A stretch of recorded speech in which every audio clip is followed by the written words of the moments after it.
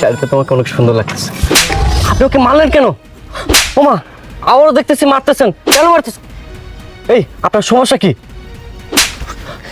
এই আপনার সমস্যা কি? হ্যাঁ, আপনার কি মাথায় সমস্যা আছে? তখন থেকে কোয়া নাই বাচ্চা নেই, হুট করে এসে আমাকে থাপ্পড় মারছেন। আবার ওকে মারতেছেন? এই আপনি কি পাগল? আমার মন বলতেছে আপনি তো পাগল। পাগল না হলে এমন কাজ আপনি কখনো করতে পারতেন না। আরে এই, আপনি যদি আর একবার কিছু না বলে আমার গায়ে হাত তুলেন না, তাহলে কিন্তু আমি ভুলে যাব আপনি একজন মুরব্বী। আবারও মারতেছেন?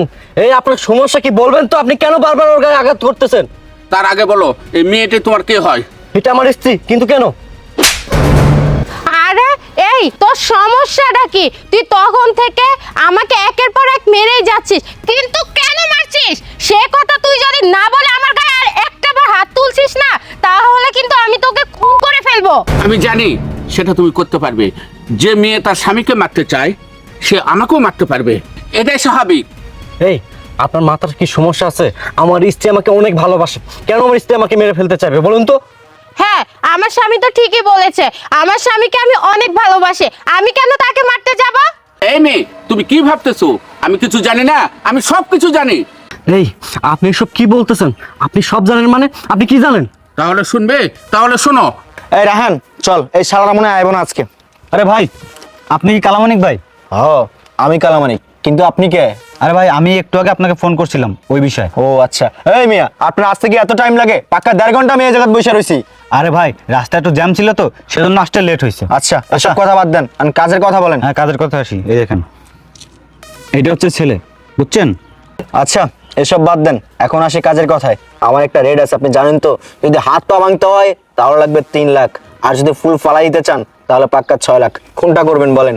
ভাই, হাত পা ভাঙলে তো ঝামেলা, তার থেকে আমি ফুল ফালাই দিতে চাই। ও আচ্ছা, তাহলে ওইটাই 6 লাখ। তাহলে কাজ হবে, আর নাহলে হবে না।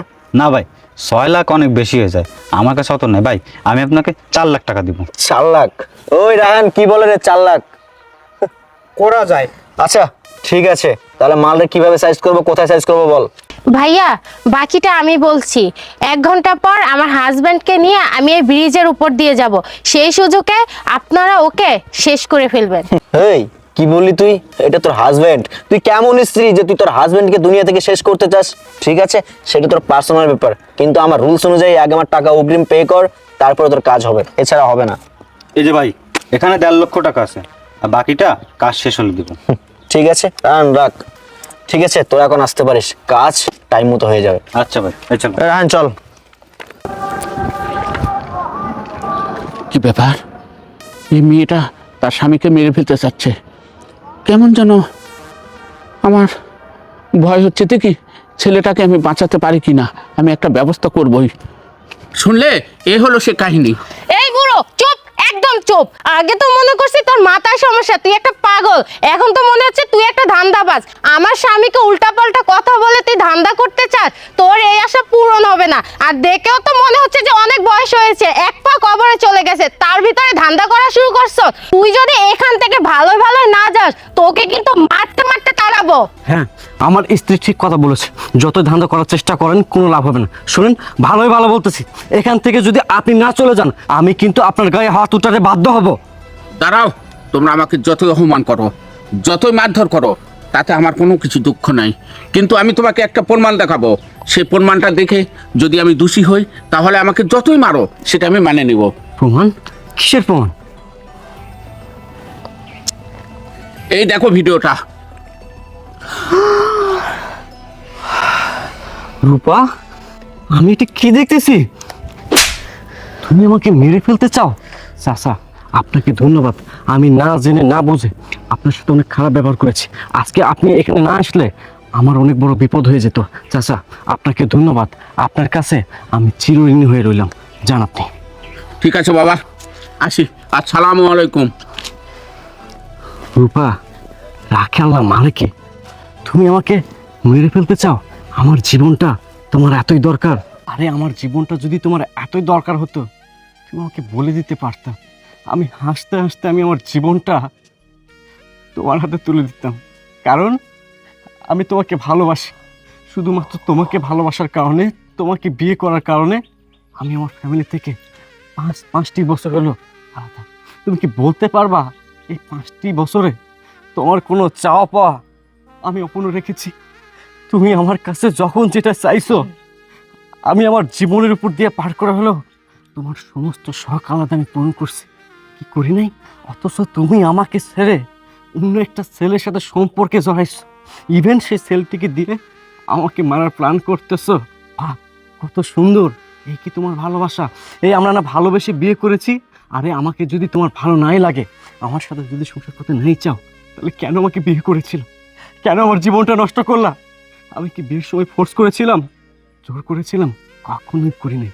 তাহলে এমন একটি দিন, এমন একটি দৃশ্য কেন আমাকে দেখতে হলো? রূপা, আমি তোমার জন্য কি করে নাই, কি দেই নাই বলো তো?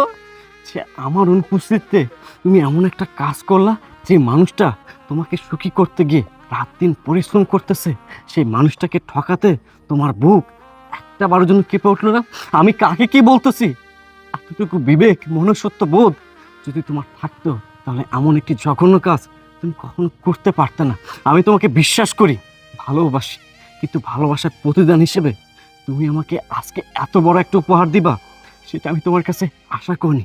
জানো রূপা, আজকে আমার ভীষণ কষ্ট হচ্ছে এই ভেবে যে মানুষটার জন্য আমি আমার 2 হাত দিয়ে অক্লান্ত পরিশ্রম করতেছি, সে মানুষটা কিনা আমাকে ছেড়ে অন্য একটা ছেলের সাথে সম্পর্কে জড়াইছে, ইভেন সে ছেলেটিকে দিয়ে আমাকে মারার প্ল্যান করতেছে। অথচ দেখো আমি কতটা বোকা! দিনের পর দিন আমি তোমাকে বিশ্বাস করে গেছি, ভালোবেসে গেছি, আর ভালোবাসার প্রতিদান হিসেবে আজকে এত বড় একটা উপহার পেলাম।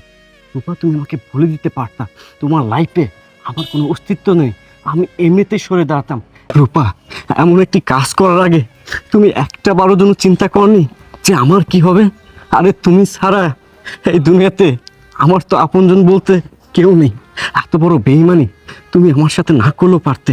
জানো রূপা, সৃষ্টিকর্তার কাছে একটা জিনিস জানতে ভীষণ ইচ্ছে করতেছে, জন্মের আগে তিনি যদি জীবন সঙ্গী নির্ধারণ করে রাখেন, তাহলে জন্মের পর কেন ভুল মানুষের সাথে দেখা হয়, ভুল মানুষের সাথে সম্পর্ক হয়, এত বড় বেইমানিটা কেন হয়? রূপা, আমি হিসাবটা মেলাতে পারলাম না। তোমাকে একটা কথা বলি রূপা, যদি তুমি কাউকে মন থেকে ভালোবাসতে না পারো, কারোর সাথে মিথ্যা প্রেমের অভিনয় করো না, ভালোবাসার নাটক করো না। যার মন ভাঙে, যার হৃদয় ভাঙে, সে বোঝে কষ্টটা কি। ঠিক আছে, তুমি যেহেতু আমাকে ভালোবাসো না, অন্য একটা ছেলের সাথে সম্পর্ক করতেছো, অন্য ছেলের সাথে সংসার করতে চাচ্ছ, আজকের পর থেকে আমি তোমাকে মুক্ত করে দিলাম। আজকের পর থেকে আমি আমার এই মুখ নিয়ে, ভালোবাসার দাবি নিয়ে তোমার সামনে দাঁড়াবো না, আমি আর কখনো বলবো না রূপা, আমি তোমাকে ভালোবাসি, ভালোবাসি, ভালোবাসি। তোমার সাথে আমি আর থাকতে চাই না। আমাদের বিয়ের যে সম্পর্ক ছিল, সেটা আমি ভেঙে দিচ্ছি। আমি তোমাকে ডিভোর্স দিব, আমি তোমাকে ডিভোর্স দিব। তুমি যাও, আমার চোখের সামনে থেকে চলে যাও, যাও বলতেছি। আশরাফ, তুমি আমাকে মাফ করে দাও। তুমি যে আমাকে এতটা ভালোবাসো, এতটা কেয়ার করো, আমি কখনো বুঝতে পারিনি। বিশ্বাস করো, আমি নিজের স্বার্থের জন্য বড়লোক একটা ছেলের সাথে রিলেশনে জড়াইছি। তুমি আমাকে মাফ করে দাও। আমি কথা দিচ্ছি, আমি এরকম ভুল আর কখনো করবো না। বাস বাস রূপা, এরকম ফালতু বাধা তুমি আমার কাছে করো না। আমি তোমাকে বিশ্বাস করছি, প্রতিনিয়ত প্রত্যেকটা ভার আমি তোমাকে বিশ্বাস করছি, কিন্তু তুমি আমার বিশ্বাসগুলোকে কাঁচের গ্লাসের মতো ভেঙে চুরমার করে দিছো। তুমি আমাকে আমার ভিতর থেকে ভেঙে চুরমার করে দিছো। একটা কথা কি জানো, বিশ্বাস অতি সূক্ষ্ম সুতার মতো, যদি একবার ছিঁড়ে যায় না, তা কখনো জোড়া লাগানো যায় না। এখন তুমি আমাকে যতই বলো তোমাকে বিশ্বাস করতে, আমি তোমাকে বিশ্বাস করতে পারবো না। যাও তুমি, আমার চোখের সামনে থেকে চলে যাও, যাও বলছি। না না, আমি যাবো না, তোমাকে ছাড়া যাবো না। আমি তোমাকে ছাড়া থাকতে পারবো না। রূপা, তুমি আমাকে রূপা, ওঠো বলতেছি, ওঠো, ওঠো, যাও, যাও, যাও তুমি, যাও তুমি, যাও।